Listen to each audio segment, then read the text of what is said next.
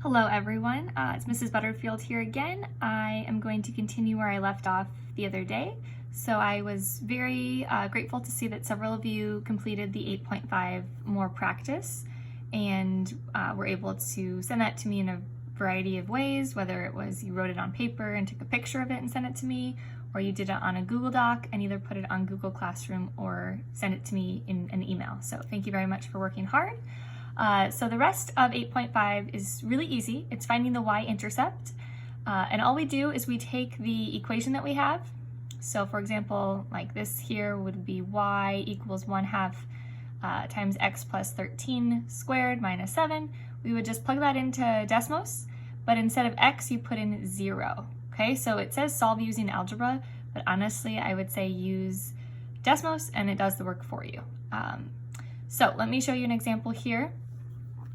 So we have y equals 3 times x plus 2 squared minus 27. So let's go ahead and plug that into Desmos. So we have y equals 3 parentheses x, I'll make sure it's right, x plus 2 squared minus 27. So x plus 2.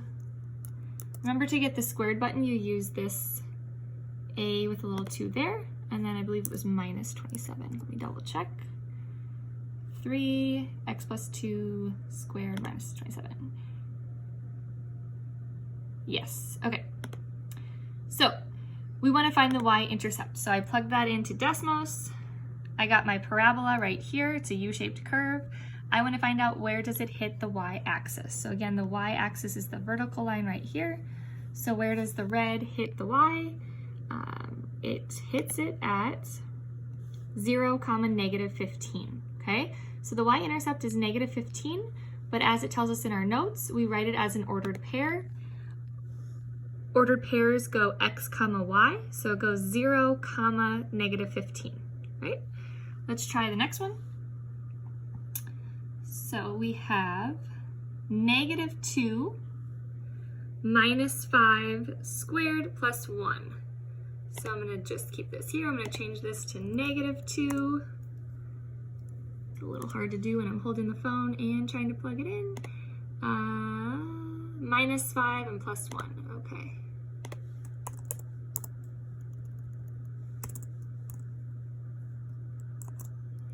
So we have that, we have that plugged in. We have y equals negative 2 parentheses x minus 5 squared plus 1. So now we have a parabola that opens down. And we are looking for the y-intercept. As you can see, it kind of goes off a little bit where my computer is. So I'm going to click on Desmos, the screen. I'm going to drag it up a little bit so I can see. And we have that the y-intercept is 0, negative 49. Okay, so I can go back into here and I can write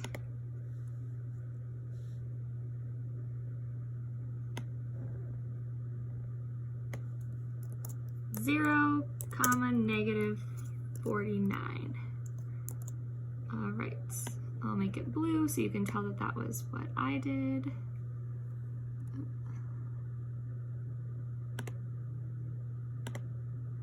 All right, awesome. And the last one, we have y equals 2 parentheses x minus 4 squared plus 1. So again, I'm going to go back into Desmos. It was positive 2. I want to say it was plus 4. Oh no, minus 4 and plus 1. Okay, minus 4. All right, so as we can see here, we actually don't have anything. So if I zoom out a little bit, I will get it up here. This parabola opens up. We want to find where it hits the y-intercept, or the y-axis. That would be 0, 33. And I actually just got that by clicking on the y-axis, and it gives it to you, okay? So we can go ahead and plug that in. And I'm actually just going to copy and paste this because it's already blue.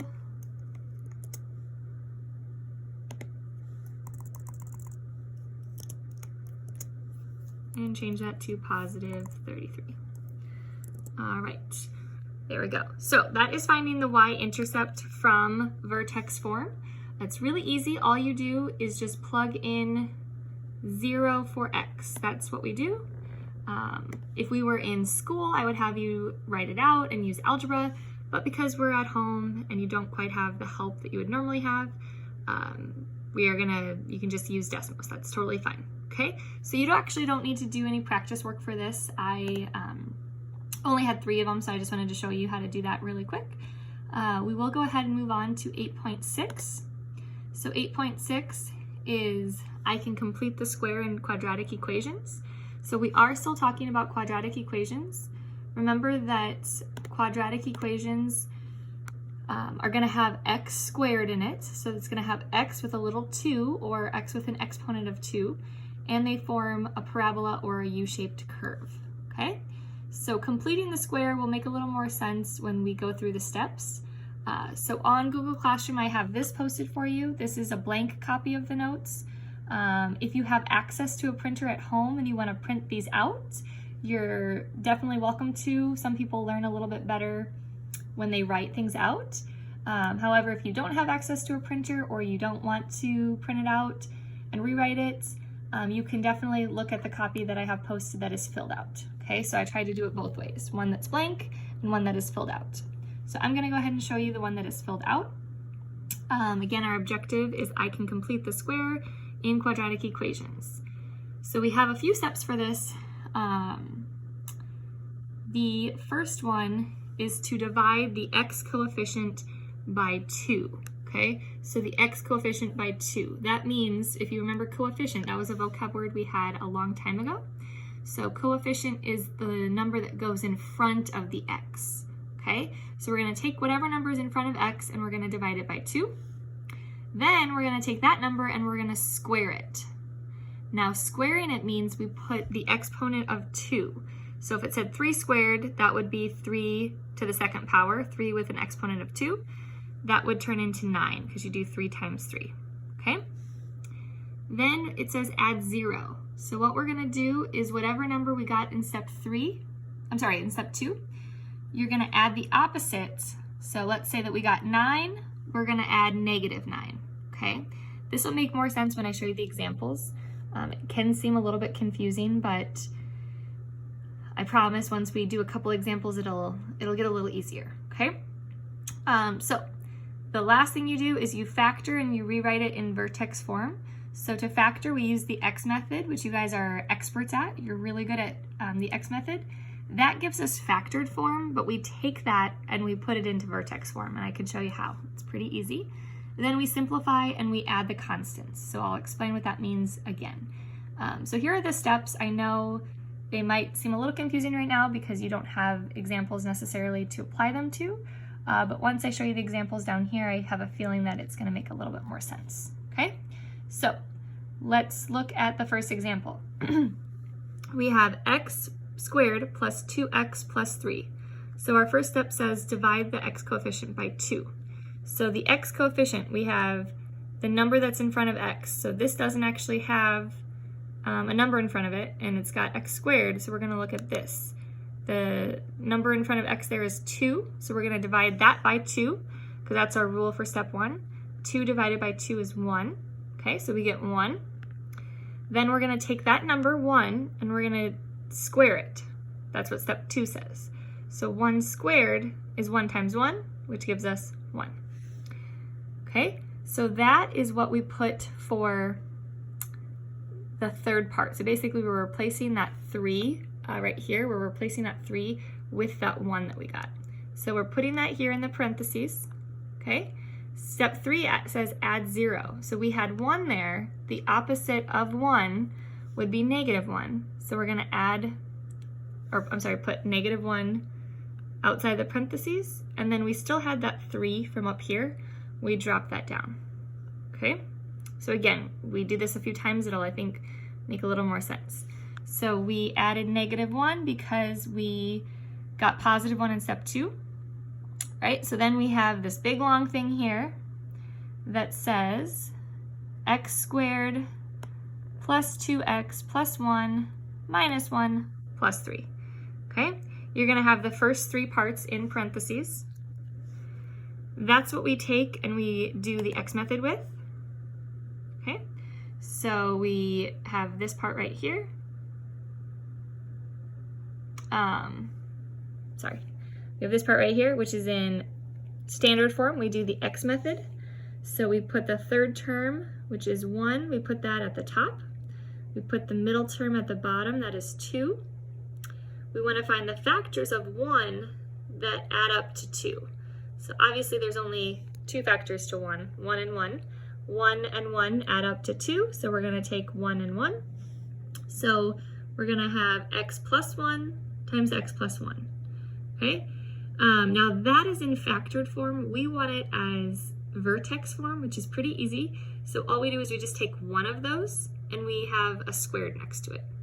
Okay, so we have x plus 1, and then we have a little squared, because that squared means times itself.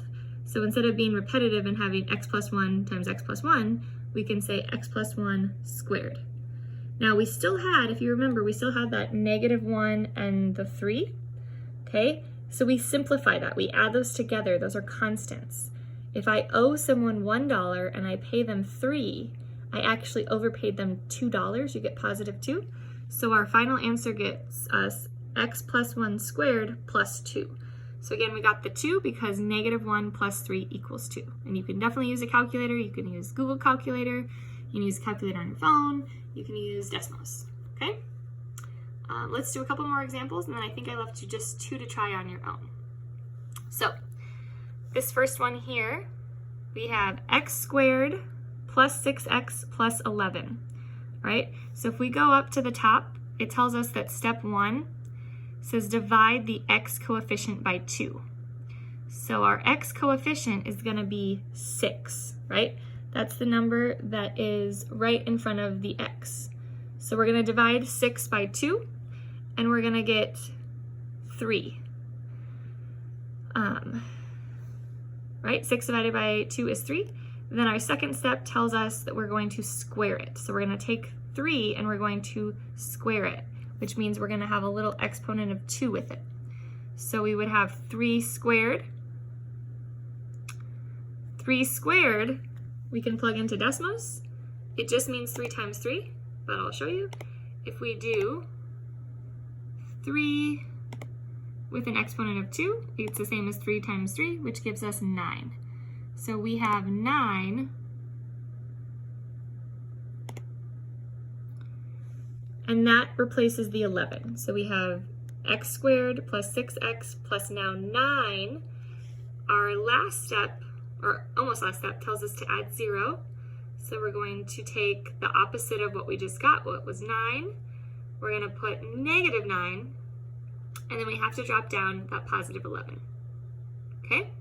So we take the first 3 numbers, those are in the parentheses, and we're going to do the x method with those.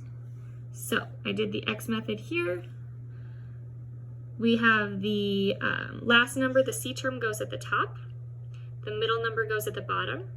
We're finding the factors of 9 that add up to 6. So the factors over here of 9 I have are 1 and 9 and 3 and 3. Obviously 3 plus 3 equals 6, so we're going to take that one. So we would have x plus 3 times x plus 3. Again, we don't have to say x plus 3 times x plus 3. We can change it into x plus 3 squared, right? And then we have to simplify. We have -9 plus 11. So if I owe someone $9 and I pay them back 11, I actually overpaid them $2. So we get positive 2. So that is our final answer right here. X plus 3 squared plus 2. Let's try one more example over here. So we have x squared plus 8x plus 4. So our first step, I'm not going to scroll up, I'm just going to say it. Our first step is to divide the x coefficient by 2. So our x coefficient is going to be 8. So we're going to divide that by 2. 8 divided by 2 is 4. So we're taking 4 and we're squaring it. Squaring it means that we're multiplying it times itself, putting it with an exponent of 2. So we have 4 times 4, or we can plug it into a calculator if we're not sure. Just change this here. 4 squared gives us 16. Okay, so we have 16. We take that and we add it, we replace that 4 with it. So we have x squared plus 8x plus 16. The next step is to add 0, which means we take the opposite of what we just added, put that outside of the parentheses. We're going to have negative 16. We got this 4 from up here. We just have to attach that to the end, okay?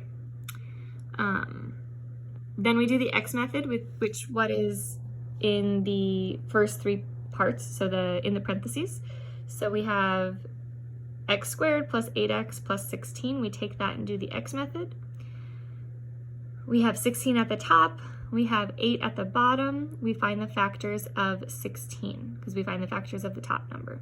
So the factors of 16 are 1 and 16, 2 and 8, and 4 and 4. Which of these add up to 8? That's going to be 4 and 4.